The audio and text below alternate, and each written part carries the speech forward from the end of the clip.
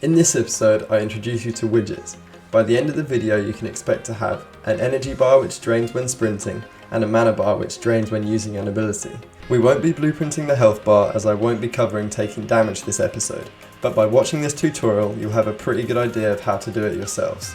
If you're new to my channel and you're just dropping in on this video, I'm a game developer currently putting out Unreal Engine 4 and Blender content to help my viewers. If you have any tutorial requests, or you see anything on this list of topics that I'm covering that you're interested in, it would be so awesome if you dropped a sub. It really supports me putting out content. If you're just here for some quick knowledge on what I'm covering today, that's also cool. Regardless, I hope you enjoy the video. Welcome everyone to episode 9. Today we're doing health bars, mana bars, energy bars. You get the gist. Very exciting day.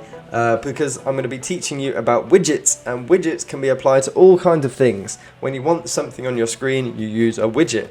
Inventory systems, they use a widget. So this is going to be a really exciting episode. By the end of this video, you will learn how to implement a bar into your game and drain it, regardless of what it does. So we're going to start off by doing the energy bar, then we're going to do the mana bar. We're not going to do a health bar because we don't have any way of getting damaged just yet. But the health bar will work exactly the same as the mana bar, so you guys can do it in your own games just by following the mana bar section. And I just want to say one more thing. Although no one's brought it up yet, I'm sure I'm going to get a comment soon asking why I'm always wearing the same jumpers. And that is because I'm on holiday. I don't have a lot of choice right now, so you're just going to have to deal with me wearing similar clothes in every video. Anyway, enough chat. Let's dive into this widget tutorial. I've done you guys a solid. Got you some more free stuff in the description, so download that, import it, and I'll see you guys when it's imported. Okay, so here's our two lovely textures that are imported. What I want you to do is go into content, right click and create a new folder and call this HUD. That stands for heads up display, and that basically means anything that's on your screen in terms of like pictures or certain things like that. We're then going to right click under user interface, click widget blueprint, call this health energy bar or whatever you want, and then double click to open it up. And then welcome to your widget interface. So this is the viewport. This is what your widget will look like. In the top left here we have the different components of a widget which you can drag and drop easy enough. In the bottom left, just like on the blueprints, we have the different components in their hierarchy. This is again all the components and in the certain hierarchy, so what is attached to what. And at the bottom we have the animation timeline area. You don't really need to worry about this. We're not going to touch onto this throughout the entire series, I don't think. But this is just like animating your widget, but don't worry about this too much. And on the right here we have the details panel. When you drag a component in, you can see the details of the component you have selected. And that's pretty much it for this page. So the first thing we're going to do is bring in our texture. So what we need is an image. You can bring in an image by clicking and dragging it in. You can rescale it by clicking the corners and moving your mouse. And you can see we've got a lot of details on the right here. Again, I won't be explaining every detail, but you'll pick them up over time. So the first thing we're going to do is with our image selected, we're going to go down to appearance. Click the brush to open it up and you'll see image. Then we're going to throw in our HUD that I made you guys. So that should be, here we go, the HUD. And then we're going to click size to context. And what size to context does basically means we've got this green box here which we're putting our image inside. If we click size to context, we will make the green box the size of the image. So obviously it's too big, so under image size we're actually going to divide both these values by 4. So if you do a little slash, then click 4, enter, we'll divide that by 4, and then divide this by 4. Okay, so that looks about right, looks like it's in a decent spot. We're then going to add our energy and health bar, which are called progress bars. So drag in 2 of these, and under the first one we're going to, at the top, call this health bar, and then the second one we're going to call this energy bar. And for the first one, under fill color and opacity, we're going to change this to red because health bars are usually red. And then under our energy bar, we're going to change this to green. Then at the top, we're gonna, under percent, we're gonna fill this up to 100% because health and energy both start at 100%. Then we're gonna move these bars into the designated slots up here. So that's our health, that fits quite nicely there. And then our energy bar. And there we go. So now we've got two lovely looking bars which we can start to change. So there's certain details here where you can change the sizing. This is the percent that it will start at. And then if you change this bar fill type, it will change how it fills. So if you want it left to right, if you want it top to bottom, if you want it filled from center, but we're going to go from left to right like the majority of bars do. So we're not going to do health today because we're not going to be taking any damage, but it works the same as a mana bar, so you'll understand how to do it from there. But we're actually going to do the energy. So what we need to do is to link this energy bar to the character's energy. So when the character's energy goes down, the progress bar goes down with it. So what we can actually do is next to percent is we can actually create a binding. So what this is basically a blueprint for our progress bar. This return value is going to be the same percentage the progress bar is. So if this is a value of 1, our progress bar is going to be 100%. If it's got a value of 0, it's going to be 0%. So 100 is 1, 0 is 0, 0.5 would be 50%. You get the idea. So we need to create a variable in our character blueprint which keeps track of our energy, mana and health, and then we need to bring that into here and then link it up to this, which will then change the progress bar. So if you go back into your map, go into your third person BP under blueprints and then double click to open. The first thing we're going to do is add the widget to our screen, because when you create a widget, it's not going to automatically be on your screen. So on begin play, we're going to create widget, select the widget, health and energy bar, and then add to viewport. When you want to see a widget, you can't just add it to your viewport. You have to first create it, and then after you've created it, you can then add it to your viewport. Just like after you've created it, you can then remove it from your viewport if you want something to be on your screen and then go off your screen later. The next thing we need to do is create a variable to keep track of our energy, mana and health. So add a new variable, call it energy, and then change it to a float. Then give it a default value of 100 because our energy is going to start at 100%. The next thing we're going to do is implement a sprint function so our character can actually sprint and lose energy. So we're going to create a custom event, call this sprint. Then we're going to create another custom event, call this stop sprint. Then we're going to create a hotkey with left shift because that's usually the key for sprinting. And then when we press left shift, we want to sprint. And then when we release left shift, we want to stop sprint. So now what we need to do is reduce our energy value when we're sprinting and increase it when we're not sprinting. There are loads of different ways to increase and decrease a variable, but I'm just going to show you one method which I think works quite well. The first thing we need to do is increase the character movement speed. So we're going to bring in the character movement. This is what's different between a character blueprint and an actor blueprint. In an actor blueprint, it's just a simple blueprint. In a character blueprint, you have extra things like character movement, which gives you more control over your different speeds, swim speeds, velocities, things like that. So we're going to drag off character movement and set walk speed. Walk speed is basically your ground speed. So if you're running, sprinting or walking, it all comes under walk speed. So first we're going to increase it to 1000. And then when we're not sprinting, Control W to duplicate, we're going to put it to 600. And we're putting it to 600 because on our character movement, our default value for walking is already 600. So we want to increase it when we're sprinting and put it back to what it was when we're not sprinting. So the next thing we need to do is decrease the energy while we're sprinting. So if you Alt drag your energy in, we can then set the energy here. Then if you Control drag it in to get the energy number, then if we subtract 1 from it, and then we set it as its value minus 1, we then subtract 1 from it. And then we can loop this value over and over while we're sprinting to decrease 1 multiple times. What we need to do now is loop this over and over so it keeps on subtracting 1. And to do that, we can use a timer. So set timer by event.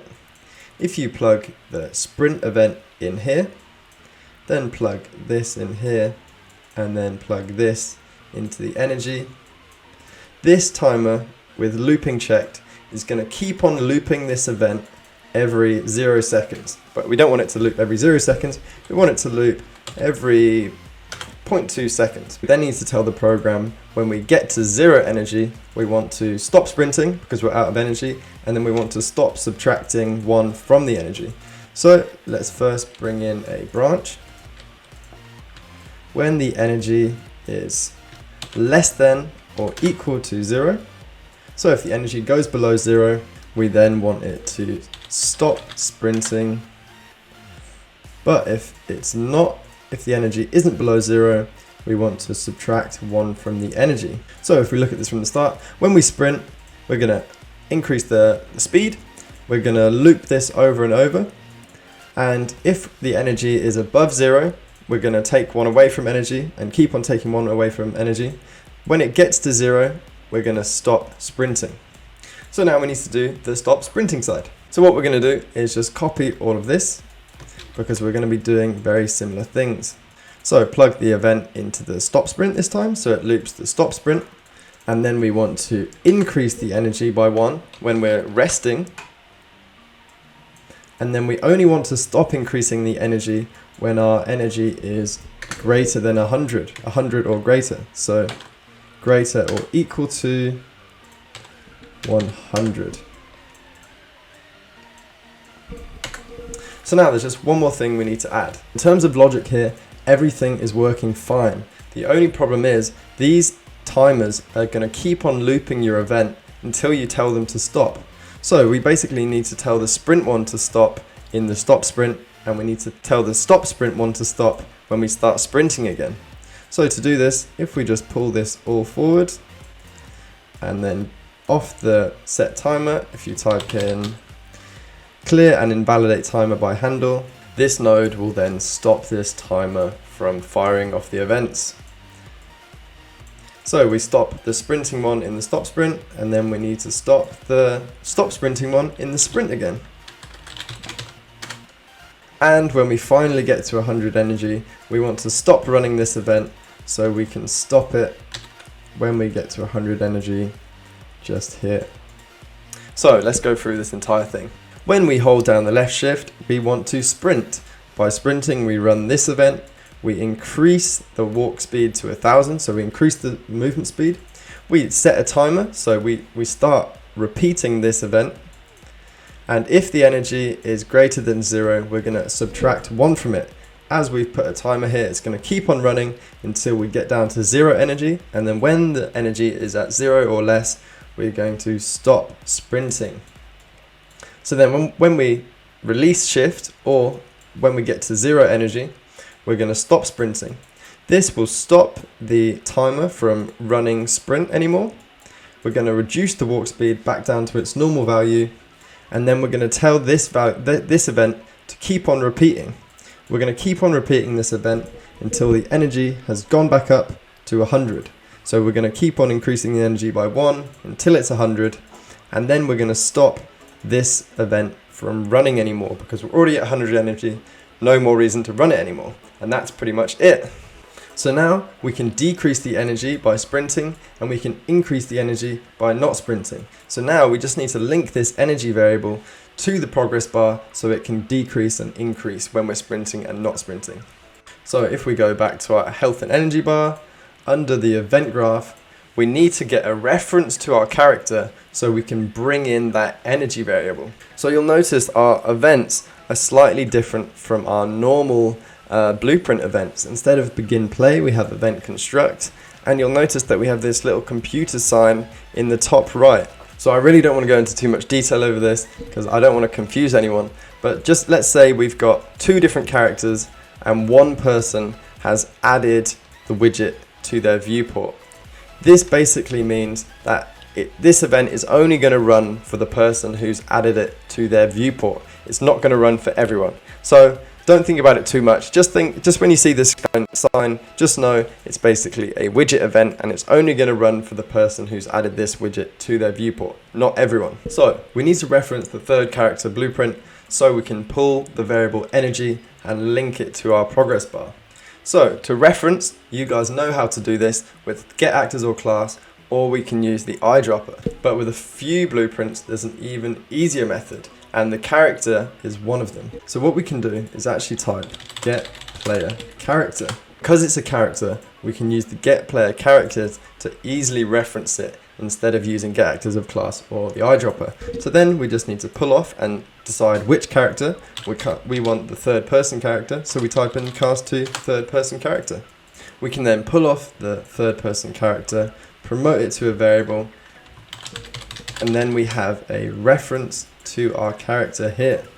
So we want to create this reference as soon as the widget has been created. So on event construct, when it's created, we want to create a reference to the character. Now we've got a reference to our character, we can go back into our energy bar progress bar function, and we can drag in our character, get the energy, and then we need to divide it by 100. Because this return node goes from 0 to 1 and our energy goes from 0 to 100, we need to divide it by 100 to get them on the same scale. So divide float by float, divide it by 100, and plug that in. So in our third person character, we are increasing and decreasing the variable energy. Then in our widget, we've got a progress bar. We've linked that progress bar to the function energy bar. In the energy bar, we've got a reference to our character. We're taking the variable energy from our character. We're dividing it by 100 so it's on the same scale as this one, and then we're plugging it into the return node. So the energy is now linked to the progress bar. So if we play this now, you should find that your energy bar decreases as you sprint, and if you let go of sprint, it increases. To get the energy bar looking a little bit more smooth, if you put in 0.002 in both of the timers, then if you put 0.2 in the sprint subtraction of the energy, and then you put 0.15 in the plus, it should look a bit better for you. So now we've done the energy bar, let's quickly do the mana bar. So jump into your health and energy bar, then create a new progress bar, call this mana bar, extend it just below the energy bar, set the fill color and opacity to blue, and then set the progress to 1 because you start with full mana. Then let's bind it, so create binding. So then we can drag in a reference to our character. Then we just need to get a mana variable, divide it by 100, then plug that in here. So let's jump into the third person character, create a variable, call it mana, and then set it as a float. Compile and then set it as 100. So we don't actually have anything in our game at the moment which can use mana. So we're going to make the jump require mana. So the first thing we're going to do is take the already made jump variable by Unreal and just drag it away. Increase the comment which is around it. To comment something, by the way, you can just select it and then press C on your keyboard to give it a little comment. So we want our character to always be generating mana unless we're using mana. So we can actually take the stop sprint and just completely copy it over here. Then we can just swap all the energy variables to mana. So delete that, delete that, delete that. Set it to mana. Control drag in the mana. Control W to duplicate. Then delete the max walk speed and clear timer handle. Then change this custom event to generate mana. So we only want to be able to use our jump if we have enough mana. So let's say the mana cost is 20. So if the mana is greater than or equal to 20, then we're going to say you can jump. And if we don't have enough mana, we're not going to do anything.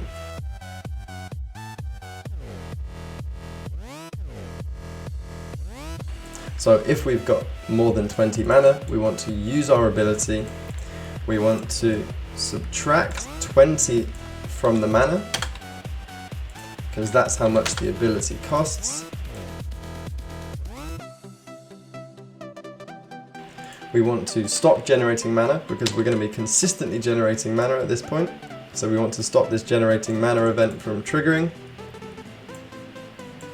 We want to delay for a second, or maybe half a second actually. And then we want to continue generating mana. So then it's going to start going up again after a second after we've used an ability. So now if we go back onto the health and energy bar, get the newly made mana variable, divide it by 100 so we get the scaling right. I accidentally put if the mana was less than, we need to be greater than 20. So it's that one, greater than or equal to 20. Now it should be working. So if we jump now, it will take away 20 mana and then it will regen. If we keep on jumping, it will decrease until we have less than 20 mana, and then it won't let us jump again until we have more than 20 mana. So that's all working perfectly. So for you guys, you'll probably have an ability coming off here. It's a bit silly to use jump, but I just thought it was convenient for this tutorial. But you will have on event, fireball attack. Do you have enough mana? Then cast fireball. So thank you guys for watching this episode. I hope it was helpful. I hope you guys are starting to get some really cool looking games. And I think that's everything I've got to say. Thank you for watching. See you next time.